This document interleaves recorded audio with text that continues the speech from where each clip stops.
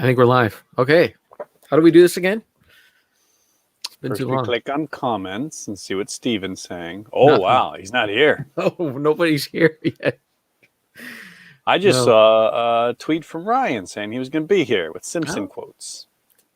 I think he watches us at work, so he might actually have something to do before he can. I know. Jeez. I know. It's with these people. I don't know. Hello, everyone, and welcome to episode 168 of Retro Fandango. Just helping you. I am Kevin. I'm here with my buddy Richard. Hello. Names are on them. We got name tags. There. It's Rocket Sauce here. Let's chime in. Him here. Him here. Let's do the house cleaning. Quick Save Club playing Screamer 2 / PC racing games. Because Screamer 2 is something else. That's quite the pick by our buddy Ryan. The Retro City Gamer Rantin'? No. Retro Gamer Rantin'. By the way, best wishes to him. He's going through a tough time right now. The corona, I hope he doesn't mind me saying, but the corona has hit his homestead pretty hard. Oh, really? As far as I know, everyone's fine, but they're dealing with the issues, the separations, and all that stuff. So, gosh. Yeah, so wishing he's all the best. So all those people wondering what's going on with Quick Save Club, I know I've been inundated with, what's going on? How come it's not posted yet? When are you guys recording? It's not even up on YouTube. On and on and on and on. At least, 2-3 times an hour, my phone's going off. People asking me. That's what's going on. So we're just waiting for things to settle down over there, and then we'll get to our Torchlight 2 episode. All the best to you, Twitch. Yeah. Sometimes stinks. You got to take care of that stuff first. So well, we don't not want to sometimes. all the time, every Yeah. time. That's right. Yeah. I've seen you power through an episode of this. So when you're sick, you're just like, screw it, I want to do it. So yeah, well, my sickness is all up in your pretty head. tame. Oh. Pretty tame. Okay. And it's often just made up. Right. Cartridge Club is playing Life is Strange. I played that on the Xbox back in the day. I might play through it on the PC. We have it on Steam for some reason. I think it was one of those Humble Bundle games. So maybe I'll play through it again. I don't know. And RF Gen is playing an interesting one. They're playing Among Us. You might remember me talking sometime last month. I played it with Creepy Josh. It's a game where you're in space, and it's part Clue, part The Thing. No, he doesn't. Anyway. Oh, you're asking me? Yes. I thought you were asking the audience. No, the other once you said Steam, it reminded me. Oh, whatever the free Epic game is available now. I didn't check it yesterday, so I believe it is. Take a moment. I believe it is Pillars of Eternity, which is a game I don't think you'd be interested in. Garbage. Pillars of Eternity and Tyranny. I don't know what any of those are. And there's a mystery game coming up. Yeah. Oh, Tyranny. exciting. I know Tyranny, but Pillars of Eternity is like a Baldur's Gate.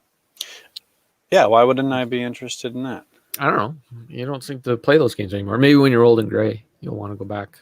I don't know. Older and grayer. I'm looking at it. I see a thumbnail with 4 characters fighting off some sort of, Yeah, that's Baldur's Gate. Minion horde. Yeah, it looks fun. Yeah.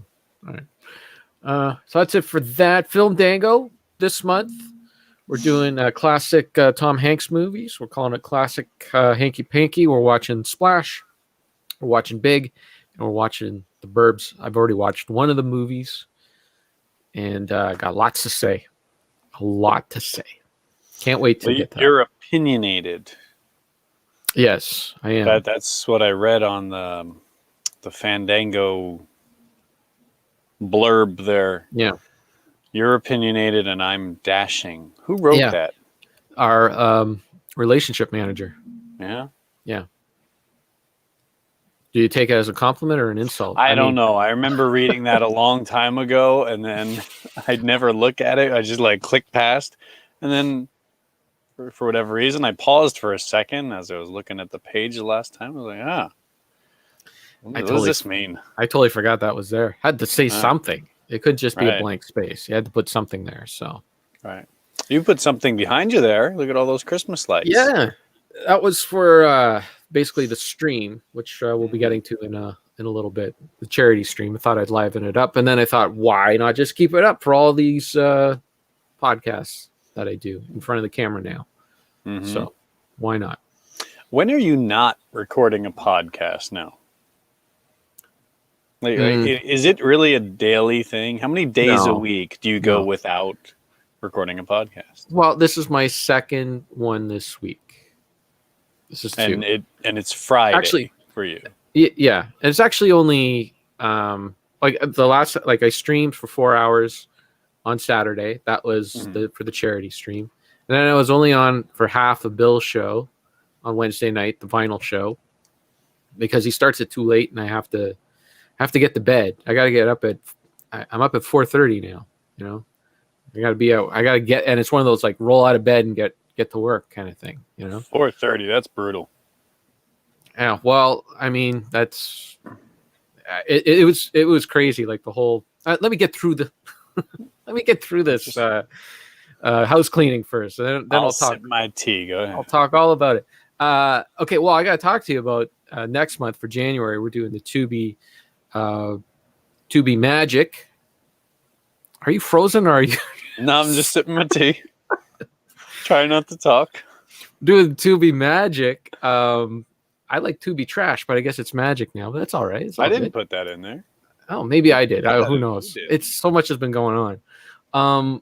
So usually we pick 3 movies and watch 3 movies. But I think for next month, I think what we should do is stick to, because it's not really the amount of movies, but it's the logistics of getting us together to watch a film. True, that's the thing. So I think what we should do is just focus on one movie, and we'll do the Discord thing on a Saturday night at this time, because I think it'll be better for people on a Saturday evening. Okay. At this time. So one weekend in January, we'll do it at 4 p.m. Eastern on a Saturday, and we'll say that's the Fandango for the week, and see how that goes. See if people are okay with that. Like just to mix it up once in a while, and then the next month we'll go back to the 3 movies. So, and then we can. So you have these 2 other movies here. I put some potential things in there. Those are movies I watched like the first 5 minutes of. I was like, okay, there's something special here. Okay. Well, I think we should stick with long shots because we kind of already teased it. I guess I already teased it sort of on Twitter, and there seems to be some interest with Long Shot Kids. That is the foosball movie. Long Shot, a.k.a. Long Shot Kids. Yeah. I think that's what the other name is. I knew it as long. Actually, it's Long Shots, isn't it? Long Shots. And then I don't know. Long Shot Kids. I don't know. That's what I knew it as back in the day. But yeah, so that's what we're going to do next month. Just the one movie we'll pick, and we'll see how it goes. We'll see if people like it, or if they're like, no, I want my Fandango audio, which sometimes they get and sometimes they don't get anyways. Gonna say that. So actually somebody did today. Somebody did say that today. Somebody said that after a week and a half. Well, there was a lot going on last week. Yeah. Okay. Yeah. And tell me about it. Jeez. I got one more special announcement. This will be a warm-up to the January Fandango. This will be the big build-up. On December 23rd, we, over on our Discord channel, we are going to celebrate Festivus.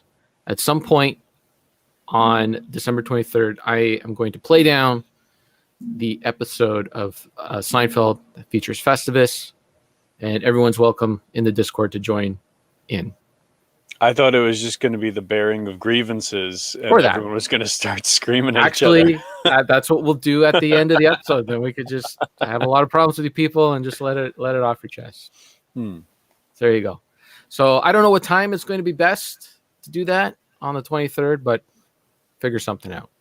Well, that sounds fun. It's a Wednesday, and I don't know if you would be available on a Wednesday. Gosh, Wednesday for you is Thursday for me, and Thursday for me is the 24th. Right. And I do believe that is the first day of my winter holiday. Okay. So if you're interested in getting up early on the 24th, Tell me the times and everything when it happens, and I'll see if I can do it. Okay. It's a 22-minute commitment. So, hey, look at this. We got Mrs. Q Dog. What? Yes. Oh my goodness. I really want to make fun of the situation, but I don't know if I can. Well, now it's time. It might be rude. And our first subject is Get Well, Melissa. So there you go. Get Well, Melissa. Yeah, please. Gosh, she had a big segment on STC Pod last night. If you saw that, but she was on it. Really? Yeah. In her bedroom. That one. I caught the in the Q Dog house. That's where I get my information. Yeah. Oh, there's an update over on STC Pod. The only time that they actually record an episode is just so they could beat us to the punch. So we could not talk to Melissa first, and they all the wind was out of the bag. Is that the right word? Is the wind out of the sails or wind out of the bag? I guess the wind's out of the cats sail, go out of bags. There's no wind, but there's wind bags. There's wind bags, right? That's like Trump, a wind bag. All right, and now the wind is coming out of that bag. The wind is coming out of his sails. Yes, another podcast asked me to be on their show. So Melissa's calling us out for not asking her to be on our show. Yeah, sorry. I'm never asked to be on any show. You said it all already on STC Pod, so there's no point. It's like Jay Leno. They were like Jay Leno. He used to do that. He used to like sneak guests away from David Letterman, get them on his show first. Ooh, that's sneaky. Yeah, that's STC Pod for you right there. Bunch of Jay Lenos. But it's all right. That just means we're the cool Dave Lettermans, man. We're going to be throwing watermelons off the buildings and all that stuff first. Yay. Yeah. And then Melissa gives us kisses. Is that what that is?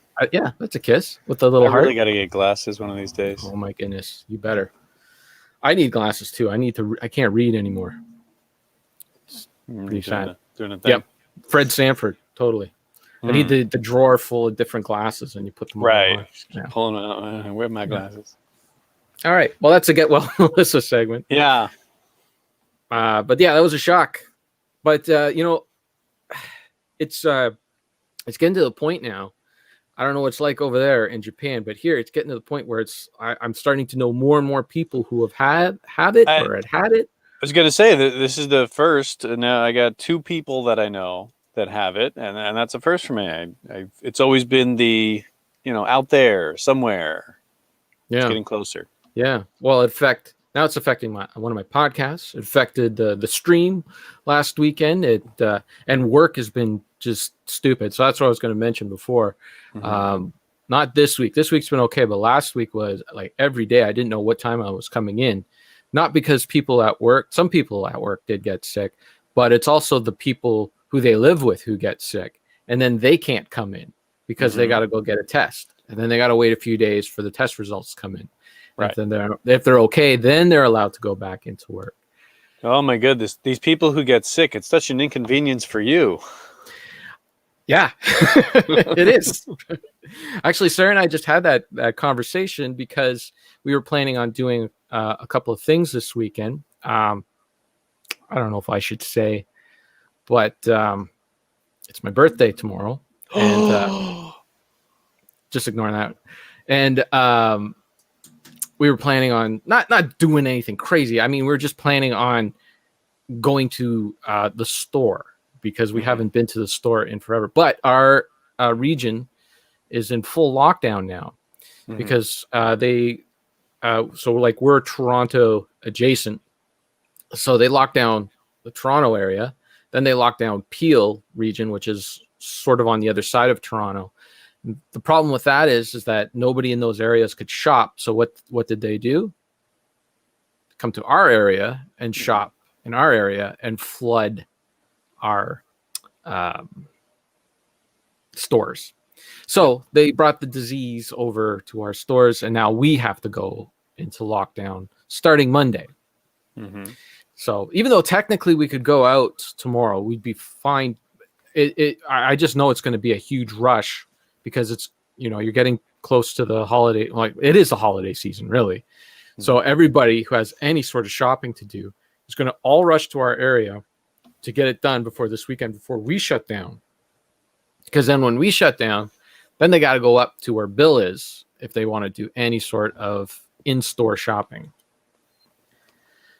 So people are done with in-store shopping. Don't know you modern type people just flash your credit card online. Well, you know, delivered to your house. The problem is that Amazon is starting to run out of things, and your Really? only option. Yeah, they're nothing but a big warehouse. They have a lot, but there are a few things out there that I've noticed like they don't have it.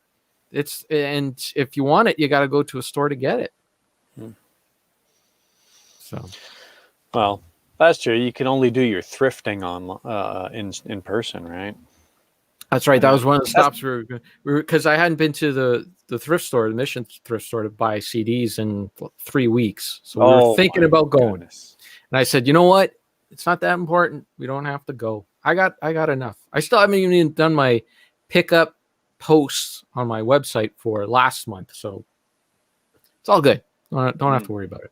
I got some pickups right here. Let's see. By the way, Mrs. Q Dog, of course, knew that it was my birthday tomorrow. Good for her. Thank you, Mrs. Q Dog. Thank you for knowing that. And look at her spamming our comment section like she's got nothing better to do. She doesn't. That's the only way. That is 99% of our listeners, people who have nothing better to do. So don't knock it, man. That's where the Power 30 comes from. That's right. The Power 30. 30 people who have nothing better to do. And I love every single one of you. Except for Kyle. Gosh. That guy's kind of... No, I'm kidding. I love Kyle.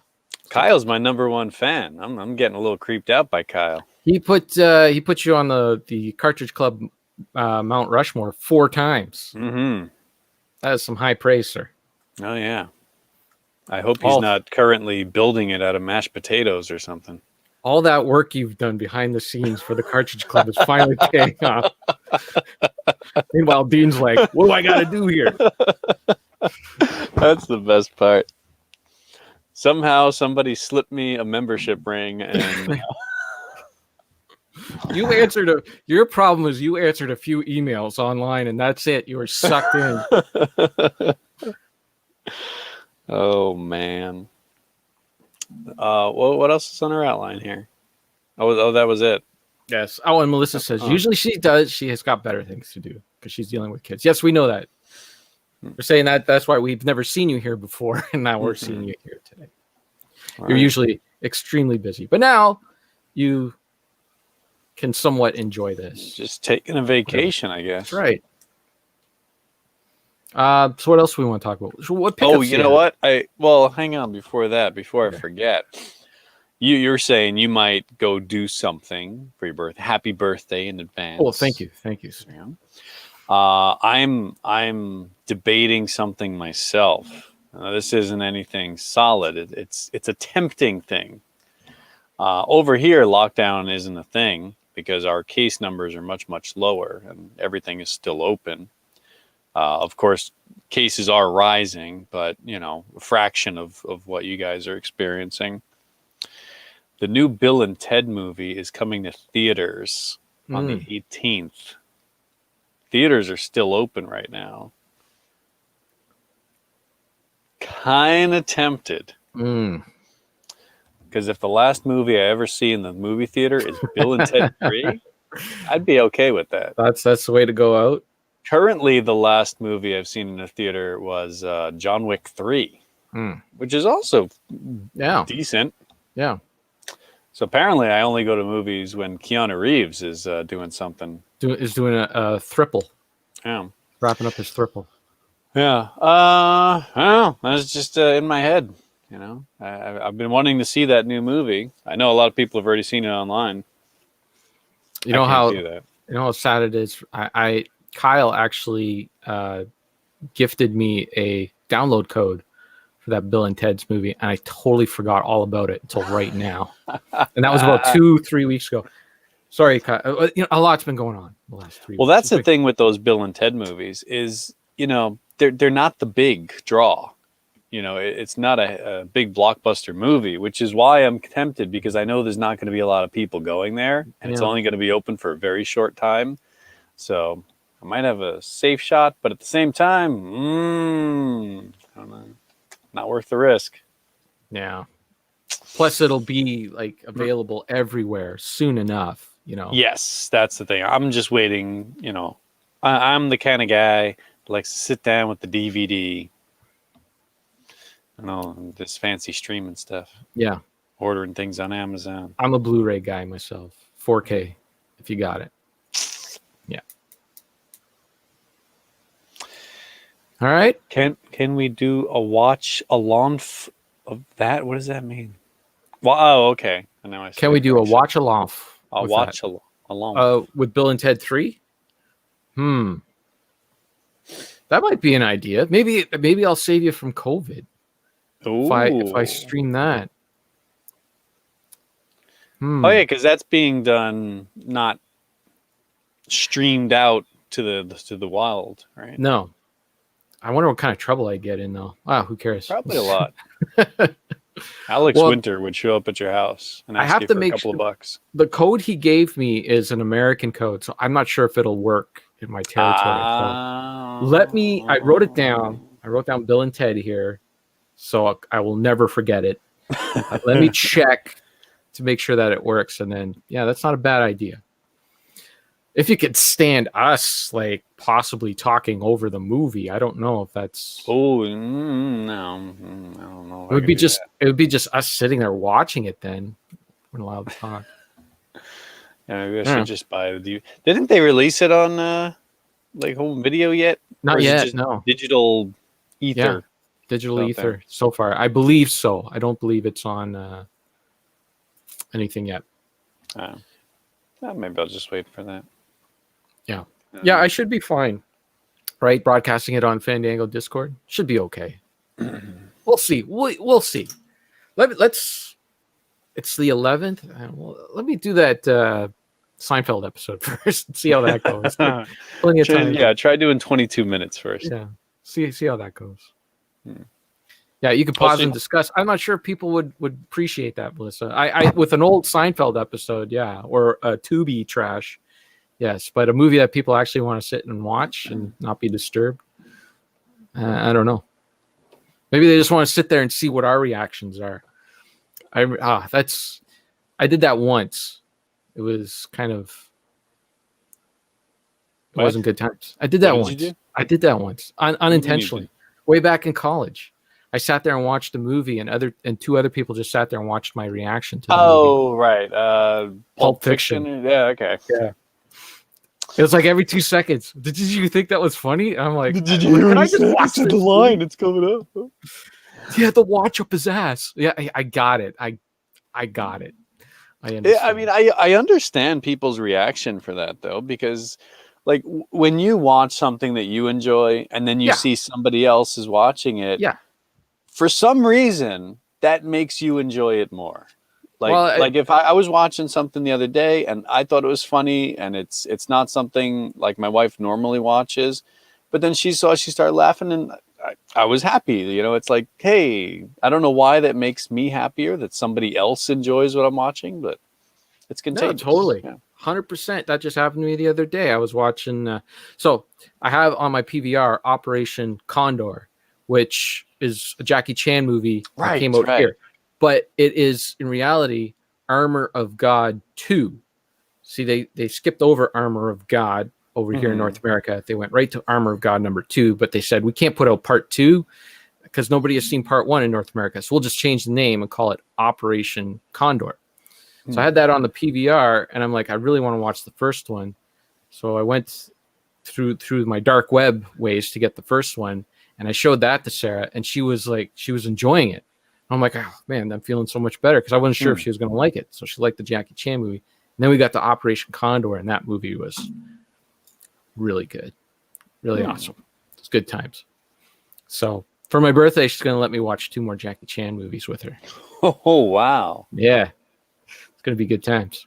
All right. Well, what do you have left? What haven't you seen? Oh, there's a ton, man. The guy has a huge catalog. Did you watch those Drunken Master movies? I watched the first one. I have it. The other ones are kind of difficult to find, like the Difficult to sequels. steal. Huh? Yeah. I mean, I have them. I do have them, but they're not like the greatest quality. It's more like, oh, you can sit there and watch it on your computer and it'd be fine to get like a taste for it, but to blow it up on the big screen, it kind of looks like ass. Right. Yeah. Right. Hey, you know what? That Foreigner movie Yes. just hit my Netflix, so I might watch that. I really enjoyed it. I really liked it. I don't know if it's because I'm a Jackie Chan fanboy, but the Pierce Brosnan stuff was kind of dragged a little bit, but the other stuff with his stuff was good. Yeah. Hey, you want to see my pickups? Yeah. I'm right here. I go through the the thrift shop DVDs and Blu-rays and stuff once in a while, but they always, I don't know, I got a hang up. The pricing is still higher than I want to pay. It's often, you find a lot of things for like $10. It's like, no, they got a section for anything that's $5 and under. And I go to there and I look and I see like $5 and like, yeah, but it's still $5. And I was like, oh, okay. Depends on the movie. Sometimes it's okay, sometimes it's not. But I've noticed that they've recently been marking some stuff down. I don't know if that's around the holidays. They want to get rid of things. So some stuff was popping up, good prices. And that's the only reason I bought Fantastic Four from 2005. I've heard nothing but terrible things about this movie. Oh, my goodness. But it was $1. So that's the sweet price. $1. For $1, I'll try it out. And I did watch it already. And it's not as bad as people make it out to be. Really? It's not a very good movie. I could say it's a bad movie, and there's some stupid writing and really bad decisions and clumsy CGI and all that stuff. But it's not awful. It's not going to ruin your day or anything. It's just okay, I didn't need to watch that. But that's the only thing. I could sit through this again, though. It's not really that bad. Goodness. It's disappointing. It's really disappointing, and you could tell they were trying to do the whole Sam Raimi style, because this was like just after Spider-Man 2, that was all popular. And they're trying to do the balance of like action comedy and pull that off, but I don't know who did this, but he's not Sam Raimi. Yeah. Tim Story? Is that a made-up name? Don't know. Rocket Sauce agrees with you. He says it's not that bad. The sequel's awful. But I got to disagree with him here. It's also one of the first superhero movies. When did Spider-Man come out? That was 2000, 2001, right? Spider-Man was like, 2000, 2001. So I know Spider-Man 2 was 2002 or 3. I mean, you had Superman, you had Batman, a bunch of those first. Well, and even within that era, you've already had 2 Spider-Man movies and 2 X-Men movies. Yeah. So I think they should have got the formula down a little bit, Yeah. Well, they tried. It seems very rushed, a lot of the story. You've never seen it then? No, and to me, it seems like one of those movies where they got Jessica Alba. They didn't actually put any forethought if she could play the Invisible Woman, right? Right. Same thing with Michael Chiklis. Oh, he sort of looks like Ben Grimm. Let's get that guy in the movie. But he's like Michael Chiklis is like a tiny guy, isn't he? Like, yeah, the Thing comes off kind of small. I mean, he's like regular human size. And yeah Michael Chiklis is not the tallest guy. He's the commish. That's right. What was that other show he did? The Shield, where he was like a tough commish? Yeah, that's right. That's right. He was probably in the Shield then. I never saw. Yeah, Captain America is the Human Torch. Which is strange because when did that Captain America movie come out? The latest one, like when did what's his name, Chris Evans? Yeah. When did he do like his first appearance as Captain America? That was late 2000. Like I think 2010ish. And this was 2005, so Yeah. the sequel like 2007 or 8. So he jumped right Yeah. into another Marvel Get into character. something better. That's something. Good for him. That's I something. remember there was some controversy when he was announced as Captain America because of his Human Torch role. Right. Because he plays a bit of a dink, right? Like he's honestly like the best and worst part of this movie. He's the worst because the way the character is written, he's super obnoxious and constantly like fast talking in your face. But at the same time, as an actor, he seems to be enjoying himself more than anyone else. So he's trying hard with what he was given.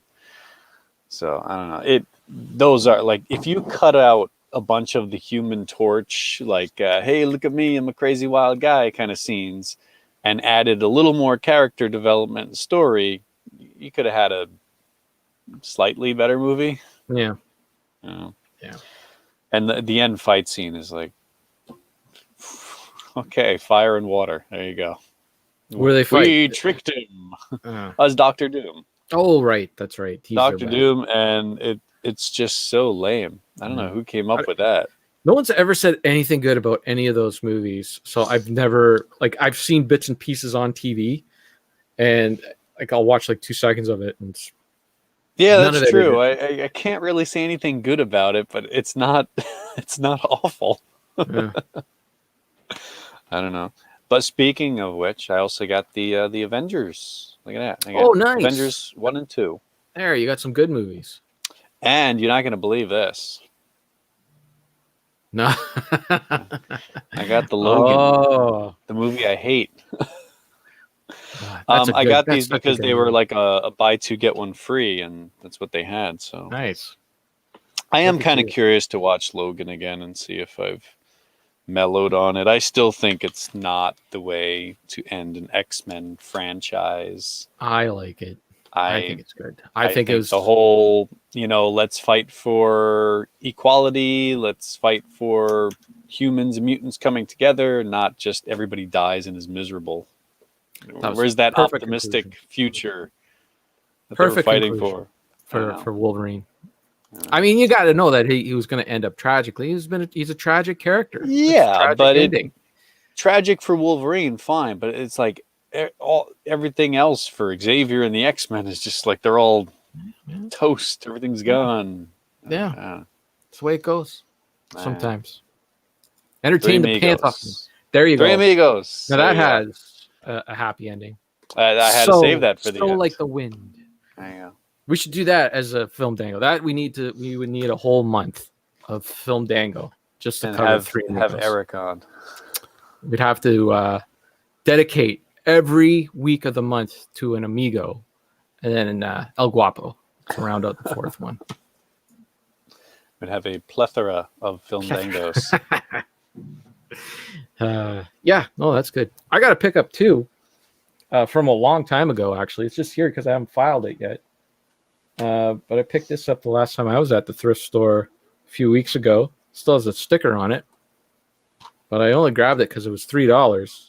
Ooh, that's a good dollar. That's a good price, $3. And it's the 20th anniversary edition of the Transformers movie. Oh, look at that! Have you ever even seen that? Well, yeah.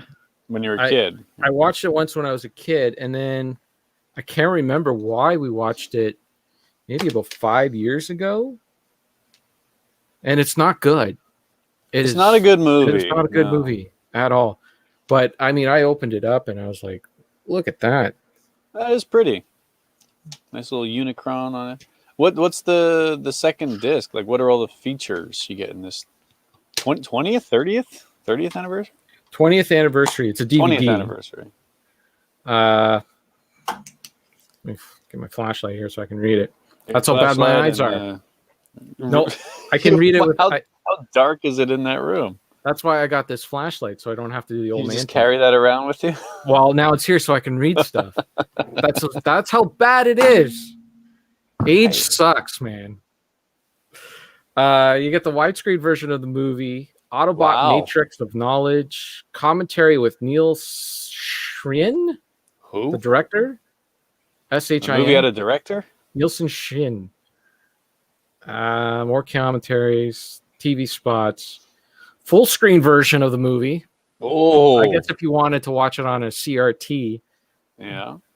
Autobot City trivia game, new featurettes, just a ton of them.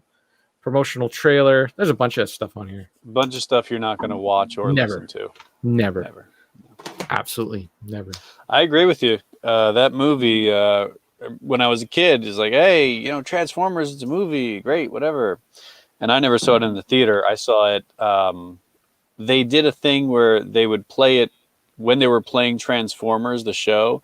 They took the movie and chopped it into Yeah. miniature sections, and they had this. It was like Optimus Prime, like a stop motion Optimus Prime that was holding like a little boy in his hand, and he was telling him the story. Oh. Yeah, it was So that's how weird. they would They cut had that as like between. a little like bookend to Yeah. that section of the movie. Like, That sounds oh, vaguely familiar. I probably saw the I'm same thing. sure if you look it up on YouTube, you might like, hey, yeah, I Yeah. can't remember that. I saw But it. Go ahead. I was just gonna say, when I was a kid, I was like, yay, movie. And then when I was maybe late teens, early 20s, I wanted to get a copy of it, and it was out of print. This was before the DVD came out and everything, so I had to order a VHS copy from Canada because only Canada had it. Wow. Yes. Go Canada. And then I watched it, and I forgot all about the swearing in that movie. There's swearing? Yeah. Oh, wow. There's a big S-bomb in there. Really? Right It's, on. maybe that's on your featurette. What in the world were they thinking? Yeah. Put that in. Well, I first saw the movie when I only watched it once when I was a kid, and it was at a birthday party, and I had no idea what Transformers was. I had never heard of it because my television only went up to channel 13, and the show aired on some channel that was above 13, somewhere up there. So some of the other kids knew of it, but I had never heard of it. So that was my first exposure to Transformers. Was that, and then finally some channel did air it only on Sunday mornings at 10:30 in the morning. So we had to make sure that church, or maybe it was 10 o'clock, had to make sure that church wrapped up quick so we can run home and watch Transformers. And I never saw the intro to Transformers for the longest time because we'd missed the opening. It's lame. The whole song and everything like that. Like you'd hear it in the commercials, but to see it on the show. Sorry, Transformers fans, but that show intro and song is pretty lame, and the movie doesn't hold up. So spoiler. So just going to get some spoilers for the Transformers movie. So I'm remembering the right one, right? This is the one where Optimus Prime has the thing in his chest, and they pull it out, and he dies. The Autobot Matrix of Leadership. And then the minivan takes over, right? He becomes the boss. Hot Rod. Yeah, He's more of a sports car, and then after he becomes the boss, yeah, minivan. like an RV. He looks like a minivan to me. Because you remember those old Odyssey minivans, like the Dodge, long nose. Yeah, the really long nose. That's how they built him. That's what he looked like. Oh, Kind of, but he's red, yes. and he's Judd Nelson. But I remember that was really like watching Optimus Prime die. I don't think I've ever seen that in a cartoon before, where a character dies like that. Yeah, because I never got to see the Disney movies. I mean, people die in Disney movies all the time. Oh, left and right. The parents got to go. Yeah, right off the bat. Mm-hmm. Kill them off. Bambi's mom. Gone. Boom. You ever see the G.I. Joe movie? I don't think so. It's better than the Transformers movie, but don't That's a low take bar that as an endorsement. Well, I still have not seen much of the Transformers cartoon, or sorry, the G.I. Joe cartoon, because I haven't again, seen that the was another cartoon one. since I was a kid. I want to say I liked it more than Transformers. There are parts of the movie that I still enjoy. It's got a really awesome intro. It makes you just like want to pump your fist and like salute that flag and everything. But Don't know it. maybe not you. But Well, I don't know it. The most of that cartoon I have seen are those early internet meme videos, the pork chop sandwiches and the what? pork chop sandwiches. You know all that stuff, right? You've never Nope. seen those? They take this was like in the early days or early internet videos. They would take those, at the end of the G.I. Joe cartoon, they would do PSA segments. Yeah. Because that was part of. Now we know, and knowing is half the battle. Right, and that was to cover their because they had to have some sort of educational part in the TV show, right? In order to get on air, because it covered some sort of FCC regulation. If you want to play your war show for the kids, you better tell them not to pet stray dogs. At the end, so there was a guy. I don't know if it was a guy or a bunch of guys. I don't know exactly where it originated from, but they took those things and they would cut them up, and they would either cut them up in a way that they'd be hysterical, or they would do voiceovers over top of them. They would be hysterical. Just look up sometime this week G.I. Joe pork chop sandwiches. I'm sure it's like they were like little small segments, because the internet at the beginning with the video, it had to be something really short, right? But people on YouTube have put them all together into one thing, and you can just watch the whole thing and have a good time. Pretty funny. Okay. Am I going into like? It's very silly. Very silly I mean, is this? I feel like when I go to YouTube, I go to, what I'm interested in. I go to specific channels for my targets, right? Yeah. But then there's the casual YouTube viewer. The reason we got all these 5 million views, dog falling in a toilet or something videos. And I imagine that's what the casual YouTube viewer does. They go to YouTube and it's like, I'm not looking for anything. Just show me what's popular. Show me what's funny. Sure. Yeah. So it's like, it feels like, is that what I'm going to be watching now? Is this just... I don't know. I mean, the stuff is years old. It's like 15 years old at this point, So I hate when those viral videos kind of show up in my feed. It's something I'm not even why is this on here? But it's got 58 million views. Oh, okay. Don't worry about it. You'll be fine. Just watch those G.I. Joe things. They're funny. Pork chop sandwiches. Pork chop sandwiches. Yes. Okay. Just want to talk a little bit about the Cartridge Club charity stream and congratulate everybody for the awesome work that they did this weekend. A bunch of streamers, specifically Derek, DJ Chew, and Retro Pixel James, who did all the work behind the scenes to make the CC charity event for It's Extra Life for sick kids in Halifax. And we reached our goal. We raised over $3,000. I'm not sure exactly how much, because there was some late donations, and then there were some matching donations.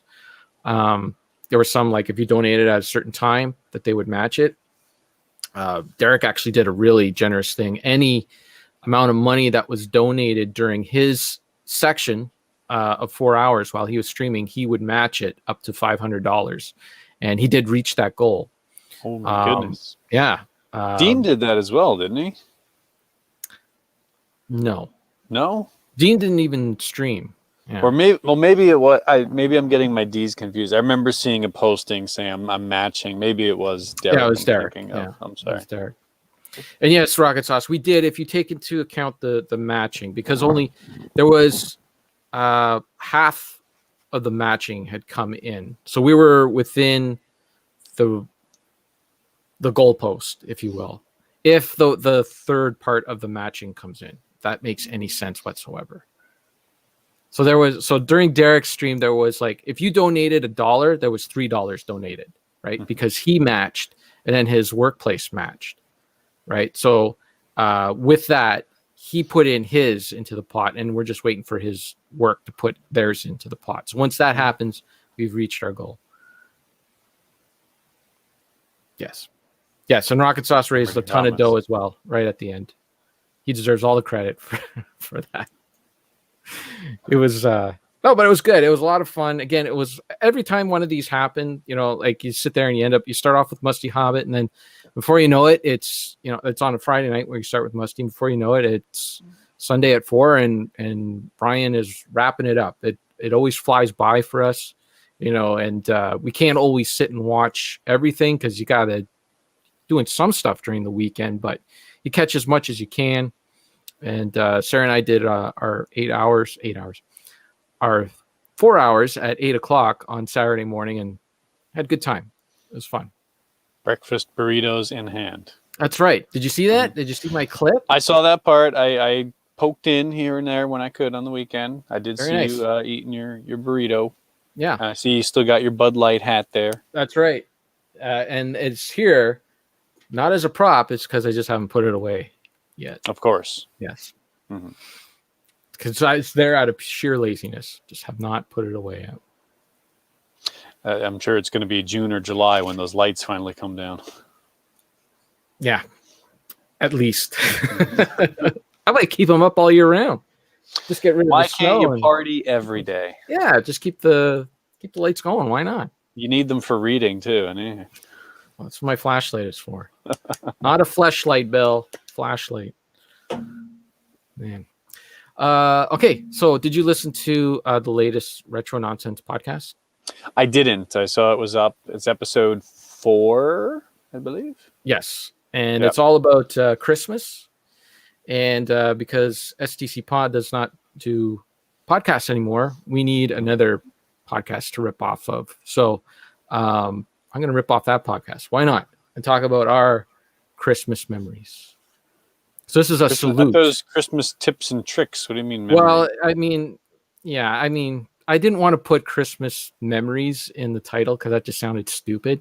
So I went with tips and tricks. Okay. Well, I do have some tips and tricks though I for got a Christmas. tip If you're a trick, kid, but- go okay. ahead. Okay. What's your tip? Oh, I'll go back here. This is perfect because it's video game related, so people won't bail out. 1 year, my mom and my aunt decided to get Game Boys for me and my cousin. It was Lucky. yeah. That is the only video game system I was ever given as a gift. Everything else I had to work for and save my money. Like when I got my Nintendo, my Genesis, whatever.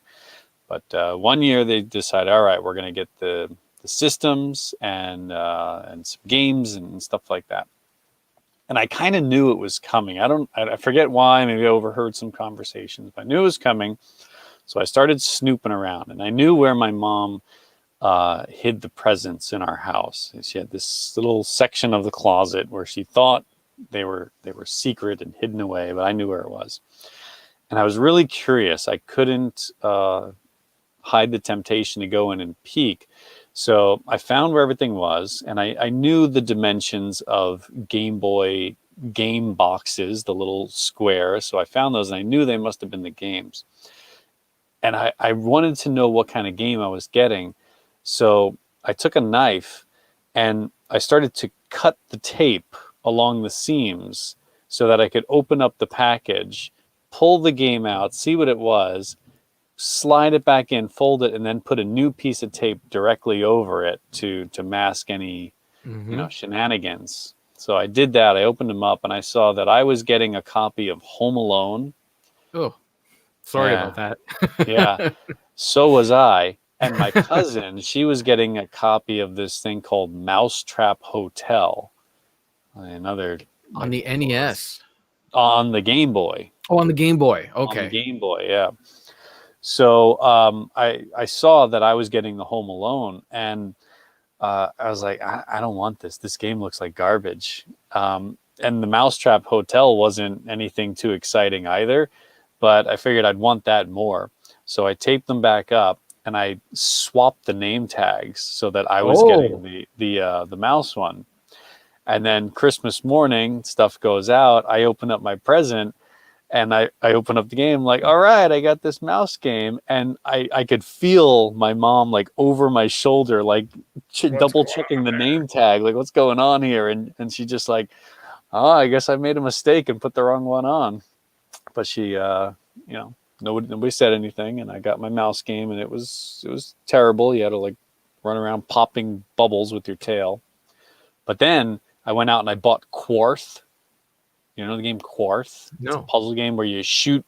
It kind of looks like almost a Tetris thing. These blocks are coming down, and you have to shoot blocks into the open spaces to create like a perfect square or a rectangle, and then they disappear. That's a fun game. That sounds like a good Game Boy game. It's a good, yeah. It was an excellent Game Boy game. It was also released on the Famicom, but not the NES. But the Game Boy version is better.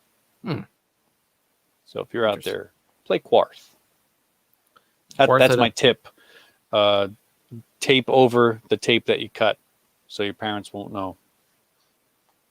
Very good. Well, I got some tips and tricks, but they come after a big long story.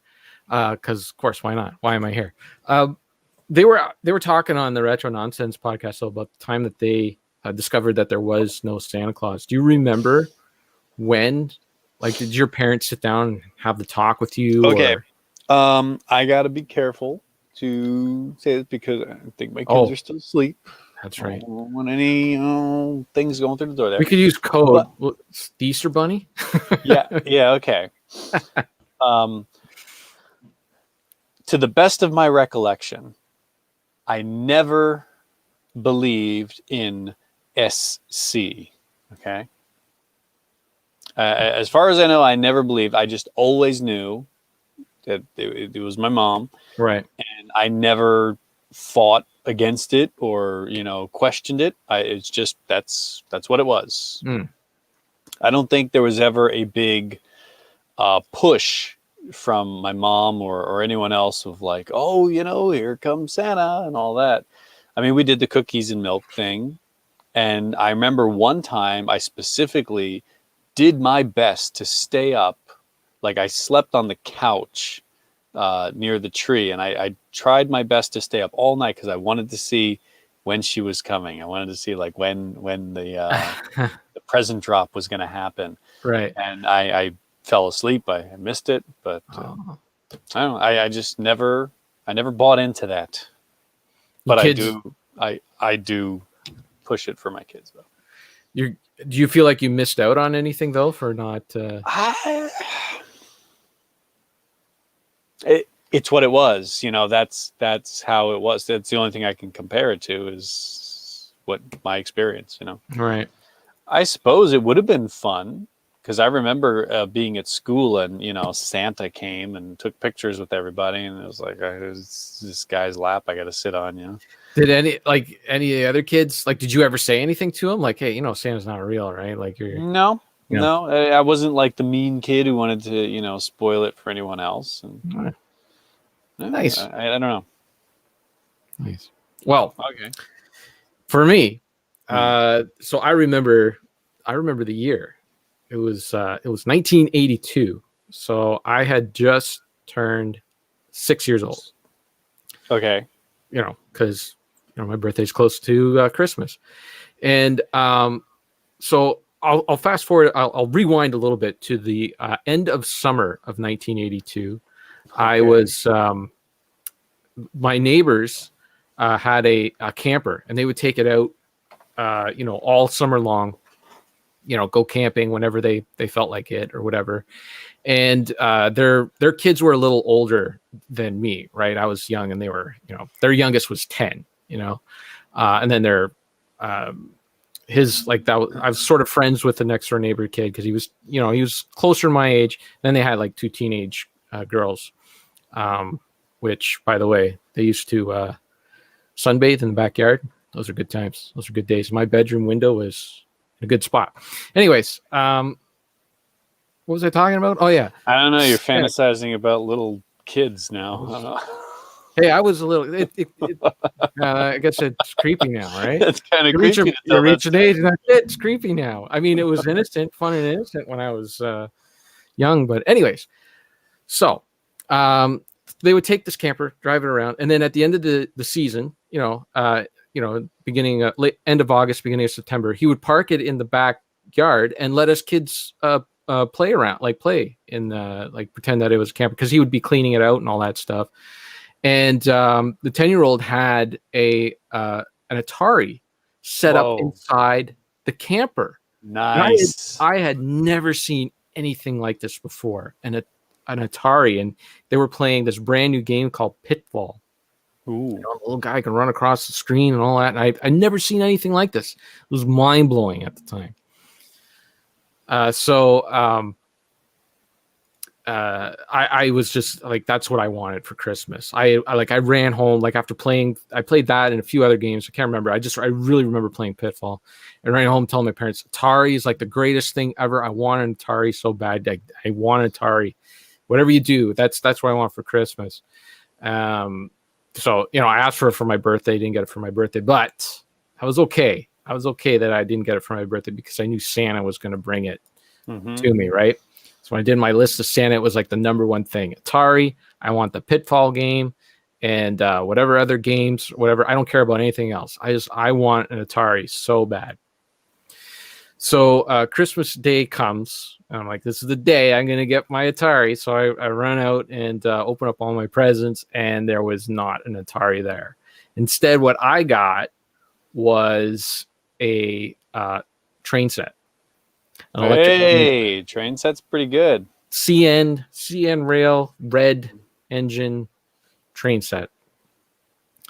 And I was disappointed. I was bummed out. I'm like, what is with Santa? I thought I was good. I thought I was good all year. I thought I was doing well. I was passing my classes and, being good to my sister and helping out with the cleaning up around the house every weekend. What did I do wrong? How come I didn't get this Atari that I wanted so badly? Why did I get a train set?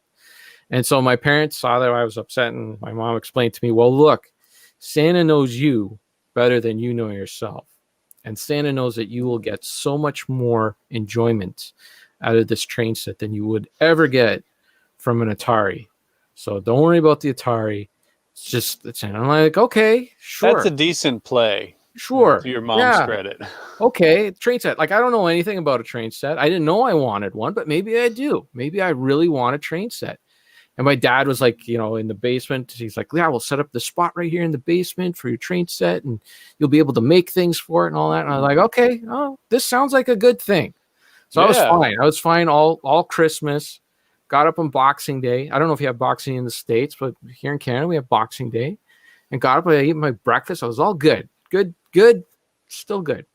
Then it was time to go outside and play. So I go outside and play, and I meet up with the neighborhood kids. Hey, what did you get for Christmas? Oh, I got an Atari. Oh, what did you get? I got an Atari. What did you get? Everybody got an Atari. Everyone got an Atari. Even the bad kid down the street, Jason Lavarro, used to beat me up all the time, got an Atari. He not only got an Atari, but he got the soundtrack to Rocky III with Survivor, the Eye of the Tiger on there. So I was crushed, right? I'm like, I can't believe everyone got an Atari. And then, of course, the kids see that, and then they pounce on, oh, that's because Santa doesn't like you. Obviously, you didn't get an Atari because Santa hates you. If he liked you, he would have got you an Atari, but he did not get an Atari because Santa hates you. You're just a terrible kid. It's actually a British thing. Boxing Day is actually a British thing. We're a British colony, or we were. So, and we carried that over. So that's it. I go back home, and I am in tears. I'm like, I don't know what story you came up with, Mom, but all the kids told me they all got an Atari. Even the bad kid down the street who beats me up got an Atari, and I did not get an Atari. So I don't know what's going on. I am crushed. So that's when my parents brought me into my room. They didn't want my sister to hear, and they said, look, there's no Santa Claus. Santa Claus, we got you the train set, and we thought that you would like it more than Atari. So that's why you got a train set. It's got nothing to do with Santa. There is no Santa. So that was like mind-blowing. I could not believe that. But then after I was consoled for about 5 seconds, then I got the riot. I got the riot act. You do not say anything to your sister. Your sister is only 2 years old. She is going to have a childhood where she believes in Christmas, and you are not going to be the person who ruins it for her. All right. I won't say anything to anyone. I'll keep my mouth shut. But it's okay. It's okay.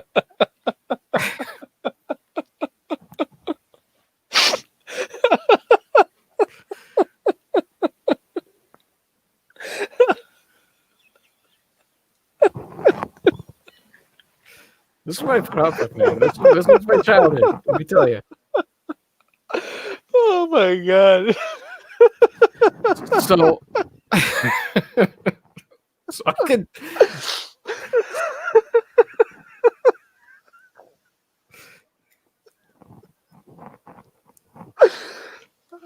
Should we wrap up the show here? Is that it? We're done. We did an hour. Oh my god. I haven't even got to my tips and tricks yet. Don't worry, I got my revenge.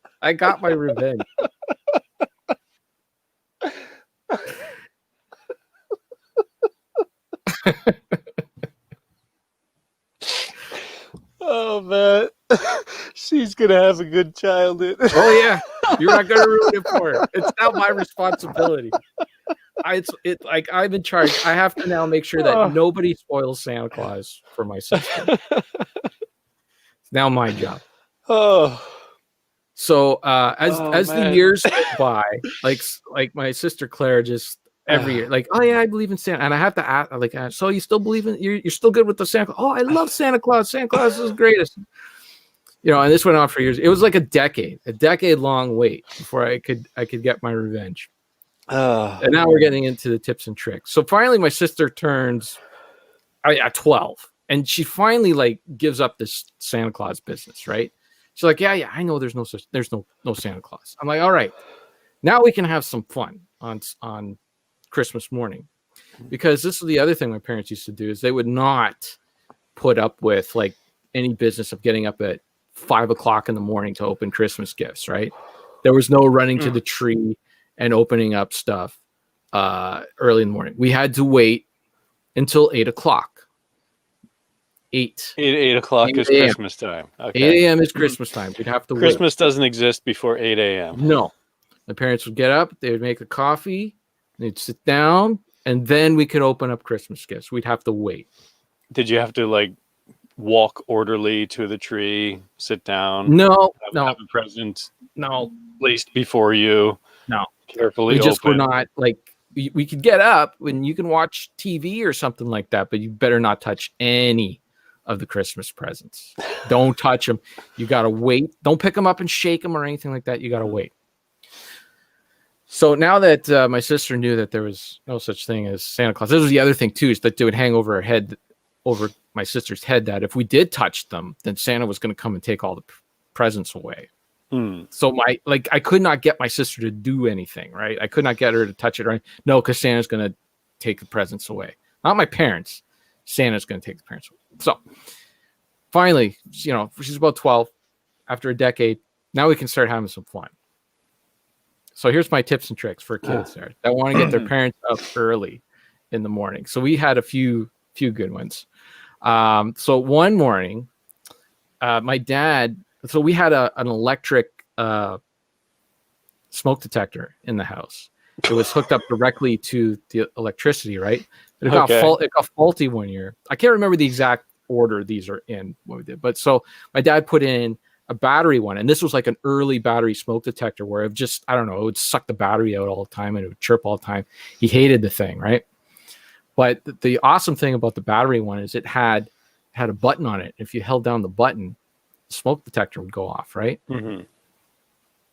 So one year we got up early and grabbed a broom and got that broom right up to the smoke detector and held that button in, and there it goes, beep, beep, beep, beep, beep, beep. Here my parents get up, run back into our rooms, run back into bed. Oh, what's going on with the smoke detector? Did it just go off again? Oh, it's so stupid. Well, we're up now. We might as well open our Christmas gifts. So that's my tip number one. I imagine that's the kind of thing you can only pull off once. Yeah, so you got to switch it up. You can't do it. You can't. Well, I mean, by the next year, I think my dad replaced the smoke detector with something a little more reliable. You got to be flexible with this stuff. Okay, you can't just. You got to think outside the box. So another time, my parents used to keep. My parents were notoriously cheap too. They would never have like a notepad. They never or sticky notes or anything like that. What they would do is they would get like our homework and flip it around, and they would use the back end of our homework. Oh yeah, that would be the scrap paper, right? You can't throw stuff out either, right? No. So they had like a stack, like it would just build up. We had so much, it was the 80s and paper. There was no, you know, They weren't even recycling then. no, and it was all, photostat papers and all that. So they would have like a stack of that. So my sister and I grabbed a stack of that. We go by the tree, and then we just start ripping the paper. Oh my God, look what you got. Oh my God, look what I got. Oh my God, look what Mom and Dad got. My mom comes running in the living room. What's going on? Oh, we're just playing with scrap paper, Mom. Well, you're up now. We might as well open up some Christmas presents. So, that's pretty good. Yeah, it was good times. Mm-hmm. And what was it? There was wait one a minute. more. Like, was this? Were you still fairly young when you were doing this? No, I was more like my sister was 12, so I would have been like 14 or 15. Okay, yeah, all right. Yeah. This seems like a little more thought out than a. Oh yeah. No, I was never that 7-year-old. I was never that clever as a kid. I'm not even that clever now. I don't even know how I came up with that stuff. What was he? So there was one more, and I'm blanking on it now. Oh damn! Those are the two really good ones, though.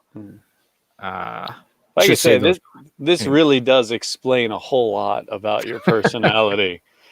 The whole hoarding of games, trying to get what was taken from your childhood. Yes, you're the correct. Trauma. That is what the fact that you string up Christmas lights around your Atari games. There's a whole connection going on. Look, I had a conversation not too long ago with Duke about nostalgia. Mm-hmm. I have a feeling Duke had a terrific childhood because he's always trying to go back, whereas I'm trying to escape. I'm trying to get away from that childhood as much as possible. Not that my parents were entirely horrible or bad or anything like that. They just had their ways, and there was no way of bucking that. Like it was just set, and there was no. They were like the Terminator. You couldn't reason with them.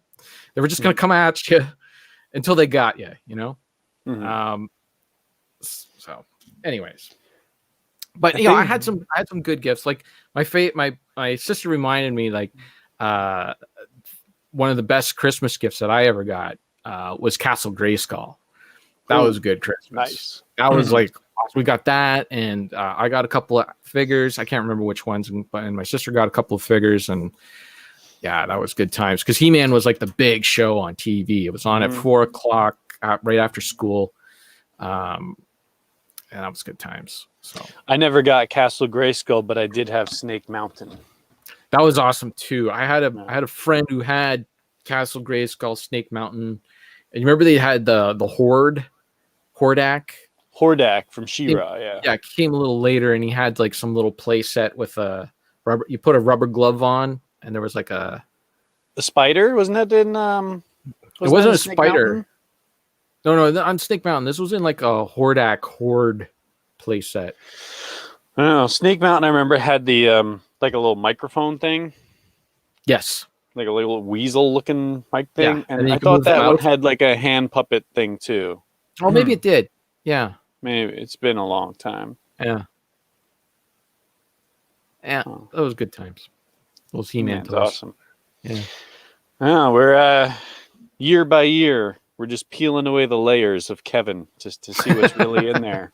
I hope my mom doesn't watch this episode. Does she often go into these? No. But sometimes stuff slips out on Facebook, and I'm always a little concerned. Huh.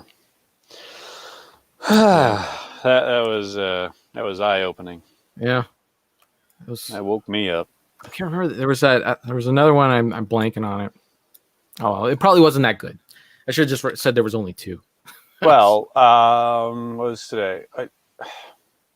When are we doing the film Dango? When are we doing the Hanks film Dango? Oh my goodness, that's a good question. Because we have essentially 2 more weekends, and then we're hitting New Year's already. I guess we're doing it next week. Gotta do it next week because I don't know if we'll do one. I mean it. True that. Coming up on Christmas. Yeah. Well, yeah, because our normal recording time would be after Christmas for me, but on Christmas for you. Yeah. And that's, you know. I mean, I could record on Christmas. We're not going anywhere. We're not doing anything. Everyone's gifts have been sent.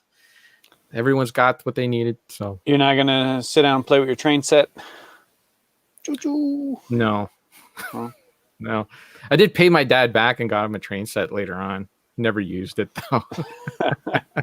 I got an uncle who's really big into train sets, and all my all the kids in my family, like my nieces and nephews and all that, and cousins, they all get train sets from him. But because I'm far away, I don't get one. Yeah, my next door neighbor is huge into train sets. Sometimes we get a misdirected package to our door, and it's some. I should ask him to take me in there sometime and show me his train sets, but he has his elderly dad with him right now, and that's not a good thing with the COVID. Right. Is Santa Rocket Sauce asks, is Santa Japanese? Santa Japanese in Japan? Is Santa Japanese in Japan? Santa is Santa around the world. And like there's a black Santa. Oh, I think he's asking what his nationality is in Japan. No, that is something else that apparently okay, another conversation here, because I actually had this talk with my wife not too long ago, which you know, we've been doing the Santa thing for years now, but the other oh my god, I'm trying to wrap my head around this. A few weeks back, she's explaining something to my kids about Santa, and she's like, you know, you better be good, because if you're not careful, Black Santa's going to come. And I heard that, and I was like, what did you just say? And I pulled her off into another room. Like, what did you just say to them? And she's like, you know, if they're not good, Black Santa's going to come. Like, that is like the most racist thing you could possibly say. What are you talking about, Black Santa? And she said, you know, there's Santa, and then there's Black Santa, which I guess is a common term in Japan. I had never heard of it before, meaning like dark Santa or evil Santa, the anti-Santa, that, you know, if you're good, Santa comes and will bring you a present. If you're bad, then Black Santa comes and leaves you something terrible. Like Gotcha. In America, it was always the Santa brings coal for, you know, bad kids, but there's Santa. And so when I explain, you know, the phrasing of Black Santa, then, you know, I was like, oh, okay, I get what you mean there. And then we had to have a little talk. Gotcha. Yeah. All right. So, but apparently that's a thing. I had never heard of that before this year. Me neither. Yeah. Learning all sorts of stuff here today. Ryan knows all about it. Krampus, that I had never heard of that until The Office. And then now, I guess, because of that, it's become this big thing. Everyone likes talking about this Krampus. I don't even remember. What the heck's Krampus? I don't remember. Was it, I stopped watching The Office like maybe a year before Michael left the show. Steve Carell left the show. Don't say anything, because I still haven't finished that show. I saw up until, I even have like the box sets, and they're still sealed. Wow. I saw somewhere through season 6, and I think it went to season 9. So there's like 3.5 seasons that I haven't seen of that show. I remember the show was spinning its wheels by the end of it. Like the thing with that show is that they stuck to that 22 episodes, 24 episodes a season, which is just way too much for a show like that. For a show like Sanford and Son, where you got the 3 cameras and you're just like going and you could shoot like 3 episodes in a day, kind of thing. Sure.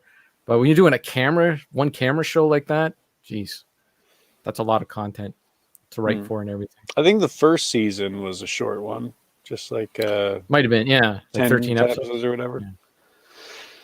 Yeah. I don't know. Anyways, talked about Fantastic Four. Just want to mention Under Siege. I did not enjoy that movie. Shocking. Thank you for making me buy that. Everybody. I did not make you buy it. Not you. I'm talking to everyone now who says that movie's good. Did you think that it started better than it finished, or it was just Absolutely. Yeah. flat the whole time? No. It was like there was some potential.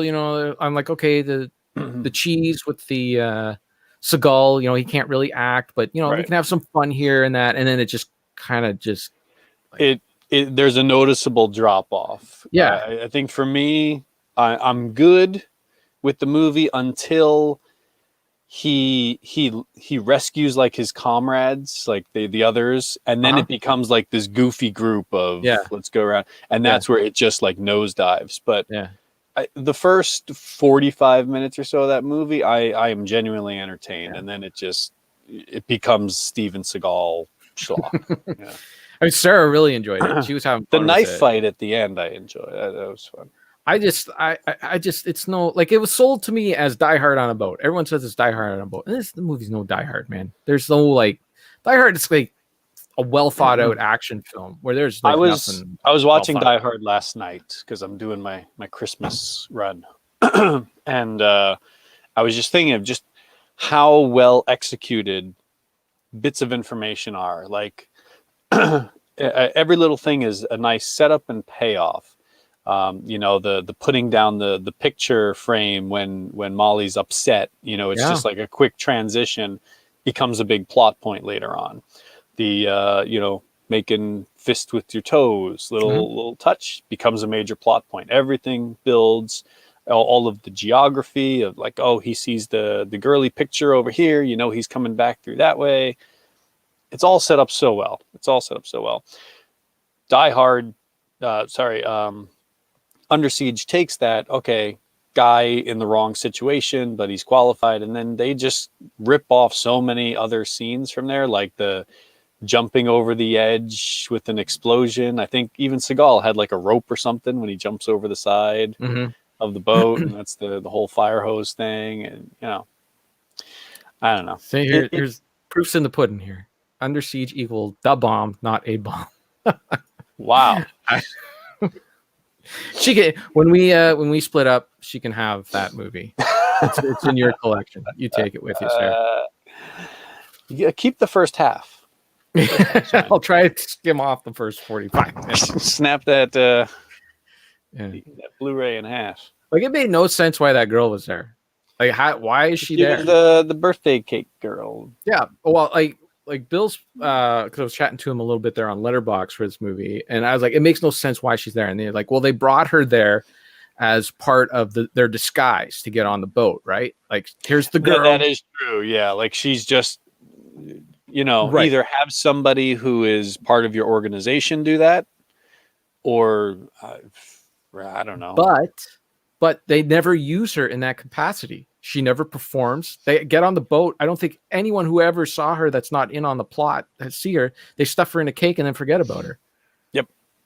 Like, what? Why did you need her? You didn't need her at all. Because she does the little dance in the middle of the movie. There you go. And then she becomes the sideways baseball cap, plucky. Who is this person? Who did I marry? Filler. Great. Oh my goodness. Well, you can have it. All right. And finally, I finished watching. Well, I sort of finished watching Star Trek Enterprise, the final season 4. Finished. So I meant to finish it today. I had 20 minutes left in what I thought was the final episode, and then I finished it, and I realized I didn't see Riker or Troy yet, and I realized I had another episode. So I started watching that, and I'm 20 minutes into the real final episode. So it was due to my miscalculation. But for the most part, from that season, episode 10 on, pretty good stuff all the way through. I think the double episodes are a little too much sometimes. I hate mirror episode stuff. I thought it was like a good goofy idea in the original series for one episode. You got to see Spock with the goatee, but every time Deep Space Nine went in on it, and now this show went in on it pretty often. They really went all out with that. It's just a little too much for me, and it felt like as if it was really misplaced, because it seemed like as if the show was like finding this new like momentum, into actual real Star Trek. Like they were doing some real stuff, and then this goofy episode came out, and it was like, it felt like an episode that would have fit in after maybe a dozen more good episodes. Okay, now we can have fun with this really goofy stuff. Like, it just was really jarring. And again, it was a 2-parter. It went on a little too long, and it didn't have an ending, any sort of conclusion. It was just kind of like Well, it was set up for more, right? So they were supposed to go back to this. I imagine so, so the idea is that we go into the alternate universe, Star Trek universe, and they find the Defiant, the original series Constitution Defiant. class Defiant. Right, that is like 200 years in the future, which is the ship that Kirk finds in the future that is kind of out of phase, and that whole launches the whole mirror universe thing. So I thought they were going to tie in that ship at the end of the episode, but I guess you're right. There were plans on tying it in probably in a future episode, and they just never. Yeah. I mean, they went through the trouble of recreating that whole set. Well, I imagine it wasn't just in mothballs somewhere. They probably had to piece together a lot of different things. Well, parts of it, definitely the hallways and stuff, but I think there is a full on that set on the Paramount lot somewhere, like where you can actually go in on a tour. Like, I think that's what they used for that Next Generation episode where Scotty comes back. Yeah. I think that they just went to that Paramount part and shot it there. I don't think they recreated the bridge for that. I think that's what I read. Right. But anyways, definitely other parts of the ship though too. Yeah, because they did the whole Jeffries tube and all that stuff, which was cool. But yeah, there were some really good Star Trek ideas in there. Like, I always thought that it was kind of like a little bit ham-fisted that at some point all of humanity was just on board with the Federation and Starfleet, and like we're going to do this and we're going to explore space. Like, how human beings are. I'm pretty sure there would be some people who were stuck in the old ways and wanting to go back to the way it was and all that stuff, and had some, like, we're just hanging on to bigotry and that kind of like how it's going right now with the United States. But anyways, so yeah, those were good avenues to explore. Like, how did we get to this point of this utopian society? There had to be some bumps along the road. So those 2 episodes that they did with RoboCop, right? Yeah. That was pretty good stuff. That was those were the ones you thought were the last episodes. I was finishing that one up today, and I had seen the scene online before of how Enterprise wrapped up with Troy and Riker staring into a holodeck or something in the episode, and I've seen that before. So I thought that's where this episode was going. I thought, this is the big moment, because Archer gives this big speech at the end. And it's almost like as if they're wrapping up the series in like sort of like, well, we're wrapping it up, but we're not 100% sure if the show is going to wrap up. So that's what it felt like to me. Then it turned out that, they weren't. They still had another episode to go. So, yeah, well, not to spoil any future discussion, but a lot of people who are fans of the show kind of consider the Peter Weller episode to be the actual ending, because I could totally see the Troy and Riker thing is. Yeah, I'm not enjoying it. It's kind of, it feels wedged in. Well, first of all, the first mistake they made is that Riker and Troy this is like 2005-ish actors, and the story that they're in takes place during the Next Generation show, and they're all 15 years older, and shows way heavier. Yeah, Riker needs to throw that weight around now. It's something else. That's why they stuck him in that chef uniform for sure. Episode. For sure. And that was kind of, I hate it when they do that with TV shows where they just kind of like, everyone on the ship used to talk to the chef, so maybe you should go and explore the chef guy. And it's like, nobody ever talked to the chef on the show. What are you talking about? Like, they just kind of inflated that non-character. And then it's a weird thing that's going on because Riker is pretending to be the chef that everyone on the ship talks to, and he's observing at a historical event, and he's affecting people's decisions. while he's talking to him. He's giving them advice. He's saying you should do this or whatever, which doesn't make any sense. Like that like you would actually be affecting history, and if you're wanting to watch a historical document to find out what actually happened, you going in and influencing what happened doesn't make too much sense at all. Anyways, the whole episode, it's not really jiving with me, but the build up, the episodes before that were much better and explored much better territory. And the whole thing with T'Pol and Trip, they had somebody stole their, sorry, I don't know if these are spoilers. I mean, the show is 100 years old. Somebody stole their DNA and made a Vulcan baby, a half-breed between human and that stuff was all really well done and well handled. And the doctor had a really great moment where the doctor realizes that there's nothing that he can do for the baby who seems to be doomed from the start. And he has like a moment where it's like you guys have all become my family, and I'm starting to feel like I'm losing a child. And that was a really good scene with Dr. Phlox.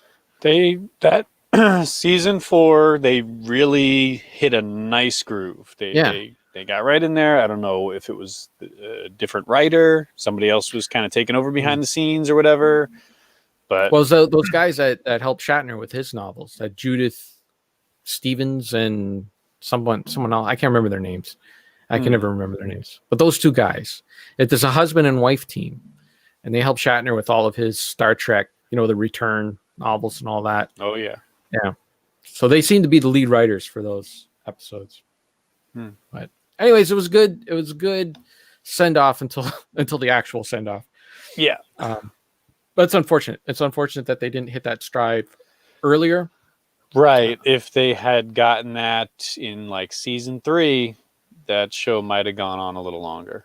And I do feel that Scott Bakula kind of held the show back a little bit because he is not a great actor. Thank you. Sorry. I've liked him on Quantum Leap, and I think the character that he played on that show kind of suited his style a little more. But he doesn't, he tries to command with authority at times, and it comes off as real phony. Like he's given fake speeches. Yeah. Yeah. Like he doesn't really, he's not a good captain. Like not, he might be a good captain, but he's not a good actor. That's basically he's not a good actor. And yeah, it does. He doesn't have the charisma of a Bill Shatner to pull off that hokey dialogue. Yeah. Yeah. Totally. And he didn't have to. He could have played it differently, in a different way. But there was times where he seemed to, they really wanted him to get angry in a scene, and it didn't come off as like he was very angry. Well, his voice isn't quite there for the booming. He doesn't have the Cisco anger. He doesn't have that voice he can pull off. He doesn't have the grace of a Jean-Luc Picard. He doesn't have the appeal of a Kirk. He's just yeah. Even Janeway did better. Janeway could be quite stern at times. Yeah. That's it. Stern is the word. He doesn't seem to be able to be stern. It just seems to be it's like your older brother telling you something, not your dad. It's like you don't have to take him too seriously. Right. I stand by it. There were a couple of times during the series where Trip was put in charge. Archer is off somewhere. I always thought Trip did a pretty good job as an acting captain. I think he could have, the character was a little young, but he could have pulled off the captain role. Yeah. Well, and I did see the episode with Seth MacFarlane as one of the guys, engineers. Yeah, he had a couple of lines in there, so that was pretty cool. Okay, that's it. Wrapping it up with Star Trek. That was for you, Kyle. You're not here.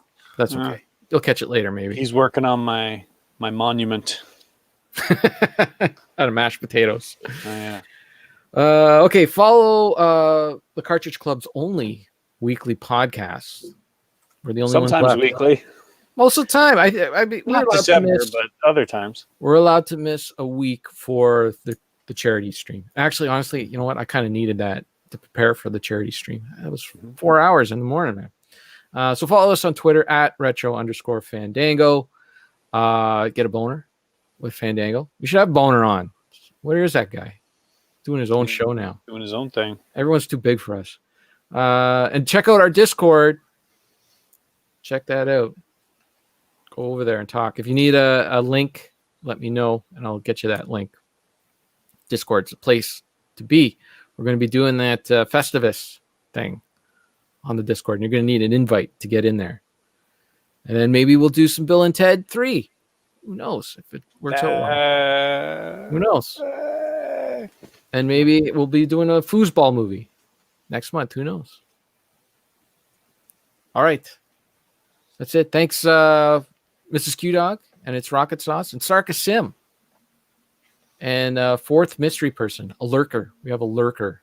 A lurker? Yeah, we have 4 people watching and only 3 people commented. My goodness, look at all these comments. So when you watch and you don't comment, you are a lurker, according to the internet. Mm-hmm. And that'll be fun. Festivus says, oh, Miss Q-Dog says, have a good weekend. Well, you too. Have a good weekend. All right. Have a good weekend, everybody. Goodbye. Goodbye. I'm going to hit end broadcast, not leave studio. Boom. Wait.